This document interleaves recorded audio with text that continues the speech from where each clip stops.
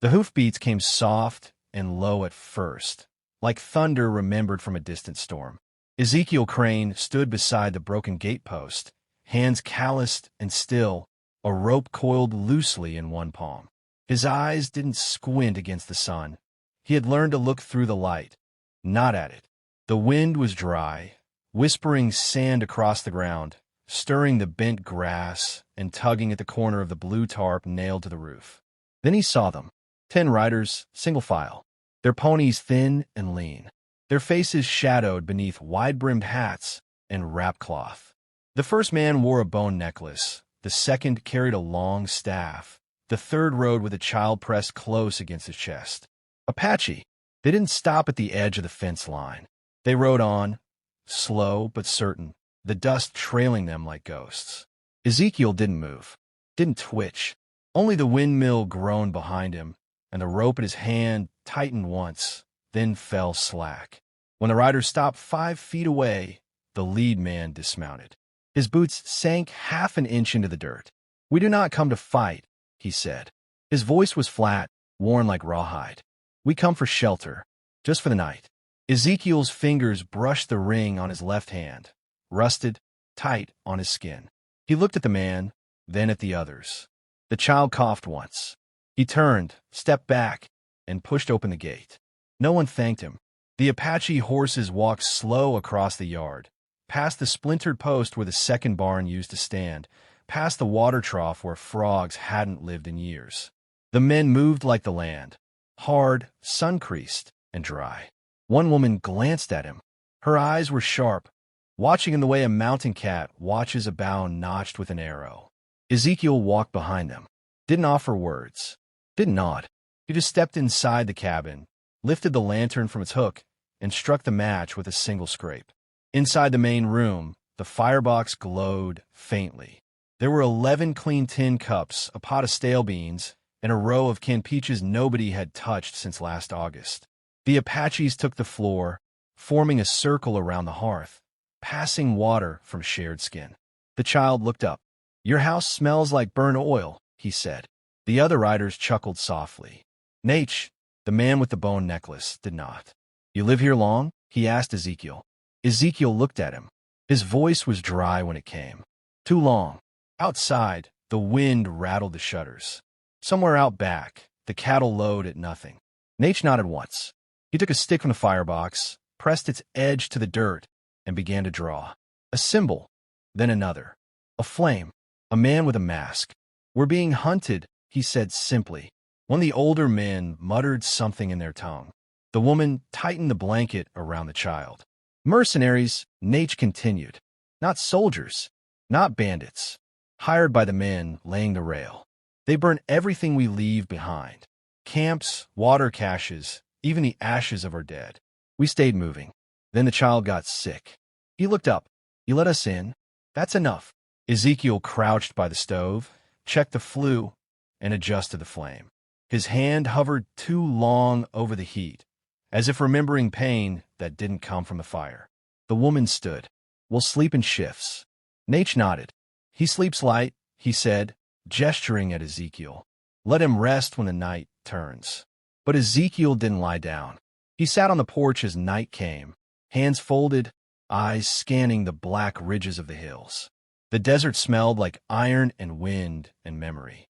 Sometime before midnight, he rose, moved inside, and knelt beside the floorboards. His fingers found the loose plank quick, out of habit, not thought. He lifted it. The trunk beneath was wrapped in oilcloth. Inside, a rifle, a coat too blue for this century, and a journal wrapped in duct tape and fraying nylon straps. He didn't touch the coat. He lifted the rifle, checking the barrel, the chamber, the stock.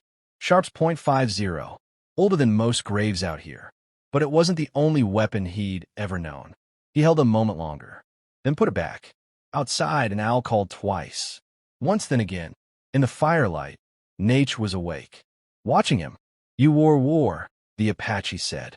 Ezekiel didn't answer. Nate didn't ask again. Instead, he placed something in the dirt. A strip of leather, burned at one end, marked with a railroad symbol. "They leave this where they kill," he said. "So we know who owns the ground now." Ezekiel stood. He looked out the window, across the yard, to the place behind the tool shed, where a wooden cross leaned against the stone. It had no name on it, just a ring of iron nailed to the middle. No one else spoke that night.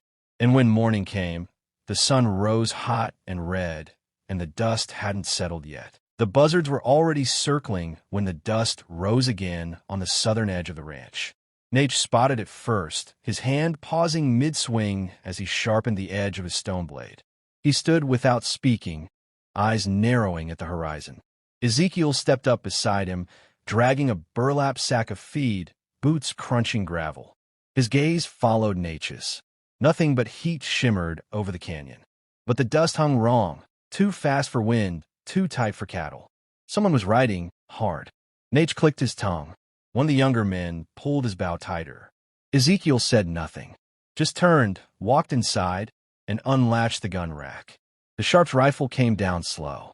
Behind him, the child sat cross-legged on the floor, drawing again in the soot and ash near the fire pit. He traced flames, then a figure with a square head, then another figure, bent, kneeling. The woman beside him whispered, "He sees more than we tell him." Ezekiel didn't answer. He opened the window shutter a half-inch and aimed westward through it. Still nothing but shimmer and sunburnt sky. Then, metal caught the light. He lowered the rifle. "We got maybe an hour," he said. "Maybe less." They've stepped back inside. They'll expect us to run. Ezekiel shook his head. "That's the plan." He crossed the room and knelt by the old crate beneath the sink, pulled out a rusted length of iron chain, some kerosene, and 3 corroded sticks of dynamite wrapped in oilskin. The Apaches stared, silent. Nate finally asked, "What are you?" Ezekiel struck a match and lit a lantern with a single, practice motion. "Wrong man to chase," he said. The boy looked up from his drawings. "You're not from here." Ezekiel didn't flinch. The wind picked up outside. Shutters banged. The cattle shifted restlessly. Inside, the ranch house turned quiet. Tense. The kind of quiet before a storm you can't outrun.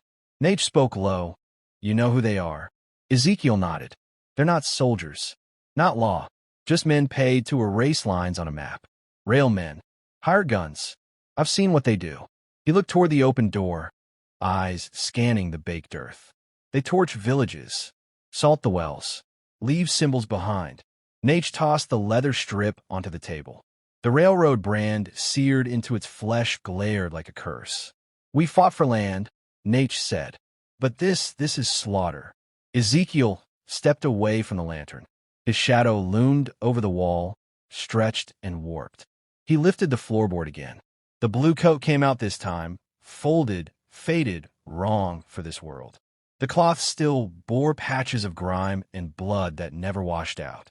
Nate reached forward but stopped. "That's not Union." "No," Ezekiel muttered, "it's not." The others watched, uncertain, as Ezekiel pulled out the final object, a black, rectangular device. Cracked screen, dead battery, its surface scarred by fire. The child leaned in, curious. "What's that?" Ezekiel almost smiled. "A mistake." He wrapped the coat around it and shoved both deep into the wood-burning stove. Then he lit it. The fire hissed and flared blue. Outside, the buzzards wheeled lower. Nate tightened his belt. "We stand here." "No," Ezekiel said. "You take the women and the boy. Go through the drywood gully east. There's an arroyo. They won't follow far once the land turns narrow. We don't run." "You're not running," he said. "You're surviving." Big difference. The woman stood now, knife in one hand, her other on the boy's shoulder. "What about you?" "I'm staying." Nate frowned. One man against mercenaries? Ezekiel checked the rifle's chamber. Loaded 6. One man's all it takes. The fire cracked behind them, casting light over the wall. The boy stepped forward and handed Ezekiel a drawing. Stick figures. One man with a long gun. 10 others behind him. Fire around them. Ezekiel knelt and looked the child in the eye. "Can you see what happens next?" The boy shrugged. "Only what matters." Then the sun broke through the clouds. The shimmer on the horizon took shape. Riders, fast, armored in black, heads masked, weapons slung low like serpents ready to strike. Nate looked to the ridge. "We go now." Ezekiel handed him the canteen. Go quick. Stay low. Nate touched his arm. Brief, warrior's respect. Then he turned and whistled once. The group slipped out the back, into the drywood and brush, shadows in motion. Ezekiel stayed. He shut the door behind them, stepped onto the porch, and loaded the final cartridge into the chamber. The horizon howled, and the wind carried the sound of hooves and fire. The first shot cracked through the stillness like a dry bone snapping underfoot. Ezekiel dropped to one knee behind the water trough as the front gate exploded in splinters. A second shot rang out, striking the fence post an inch above his head. Wood chips stung his cheek. They were here, riders in black, faces hidden behind soot-colored masks, coats slick with oil and dust. The iron serpent of the railroad stamped on their shoulders, brands of conquest. 6 of them rode straight toward the house. 2 more flanked wide, rifles already raised. 1 dismounted near the barn, unstrapping a long-necked torch from his saddle. Ezekiel fired once, clean. The rider to the left dropped sideways, his boot catching in the stirrup, dragging his body behind the horse as it bucked and screamed. He ducked as bullets tore through the porch railing. Smoke curled from the chimney still. The fire in the stove burned hot behind the walls. Another rider lit the torch. Flames roared to life. Ezekiel didn't wait. He sprinted along the side of the house, the Sharp's rifle slapping against his shoulder with each step. A round whizzed past his ribs, close enough to tug at the hem of his coat. He dove into the tool shed as fire bloomed behind him. The barn was alight. The horses, tied loose earlier, bolted in every direction. Smoke poured across the corral, thick and black, swallowing the morning sun. Ezekiel jammed the butt of his rifle against the doorframe and aimed low. The man with the torch stood silhouetted against the blaze, arms raised in triumph. Ezekiel fired. The torch clattered to the ground. The man crumpled beside it, still burning. Then they charged. 3 riders straight at the house, war cries twisted behind their masks, revolvers spitting fire. Another came from the far ridge, dragging a chain between his saddlebags. Ezekiel burst from the shed, rolled behind the stone well, and fired again. 2 shots, 2 kills. 1 remained. Big. Slow. His coat torn open at the chest, revealing old cavalry insignia beneath the dust and armor. He dismounted calmly, like a man walking into a bar fight he knew he'd win. Ezekiel's heart stilled. He knew that man. Even across 20 years and 2 worlds, he recognized the cold posture, the unblinking stare. "Colonel Decker," he said under his breath. The colonel stepped forward, boots deliberate in the dust. He called out, voice calm, too calm for the chaos around him. "Ezekiel Crane. Or should I say, Sergeant First Class Elias Carr. You sure did run far." Ezekiel rose, rifle in hand. "You're a long way from Fallujah," he muttered. Decker smirked beneath the soot. "Ain't we all?" He raised a short-barreled shotgun, finger tightening. Ezekiel fired first. The shot caught Decker in the thigh, spun him sideways. But he didn't fall, just staggered, bleeding, and grinned through clenched teeth. "You still flinch before you pull the trigger." 2 more mercenaries broke from the side fence. Ezekiel turned, fired once, missed. They didn't. Pain ripped through his shoulder. He dropped to one knee, gasping, the rifle slipping from numb fingers. The mercenary raised his revolver. But before he could fire, a cry echoed from the ridgeline. "Nate!" An arrow struck the man's chest, piercing through the vest like paper. He screamed, spun, collapsed. The second Apache arrow took the other. Nate and his warriors poured over the rocks like wolves from the cliffs. Silent, swift, sharp. The tide turned. Ezekiel stood, shoulder bleeding, vision spinning. He saw the boy sprinting from the drywood with a knife in hand, the woman covering him with a bow and a shout. One mercenary ran for his horse. A tomahawk dropped amid stride. Flames still devoured the barn. The corral was gone. The porch collapsed inward with a groan. Ezekiel stumbled toward Decker. The colonel knelt now, both legs shot, still reaching for his shotgun. Ezekiel kicked it away. Decker looked up. "You don't belong here," he hissed. "You think changing centuries changes who you are?" Ezekiel stared down at him. "No," he said. but it gives me a choice. He pulled the revolver from Decker's belt and fired once. Then twice more. Silence followed. Smoke drifted over the yard like fog from a dying fire. Nate approached, face unreadable. Blood streaked his forearm. It's done. Ezekiel nodded. He looked around, at the ruined barn, the broken fence, the scattered bodies, and then down at the blood soaking through his shirt. The boy stepped beside him, tugged his sleeve. "You didn't run," he whispered. Ezekiel smiled faintly, teeth red with pain. "Not this time." He dropped to one knee. The sky spun. The wind cooled. And for the first time in years, Ezekiel Crane closed his eyes in peace. The wind carried ash long after the fire died. Black flecks drifted across the ruined yard, dancing through beams of morning light. The barn smoldered quietly. Beams collapsed in on themselves like broken ribs. The well had gone dry in the night. The last bullet casing glinted beside the porch step, still warm. Ezekiel Crane lay propped against the old cedar post, his back straight, head tilted just slightly toward the sunrise. His hands rested on his lap, palms open. The rifle lay beside him, cleaned and empty. The boy sat cross-legged at his feet, silent. His drawing stick lay forgotten in the dirt. The others moved quietly. Nate oversaw the burial. No crosses, only stones. One for each of the fallen. One for Decker, without a name. 10 in all. The woman tore fabric from her own cloak to bind Ezekiel's shoulder, but the bleeding had stopped on its own. He was cold now. Too cold. She placed her hand on his chest, waited, then shook her head once. Nate crouched beside him. "War follows the wounded," he said. "But this time, it ends here." The boy reached up and placed something in Ezekiel's open hand. A stone carved with an eagle's wing. Nate nodded. Let them find him with that. He earned it. They built the cairn just before noon. Smooth river stones stacked carefully, precisely. Not too high, just enough to mark a man who never wanted to be marked. The fire had scorched the land, but beneath the wind-swept layers, the ground still held. At the foot of the pile, Nate placed the blue coat folded tight. The cloth looked strange in the desert sun, foreign, forgotten, fading. The journal went beneath it, wrapped in cord, bound in silence.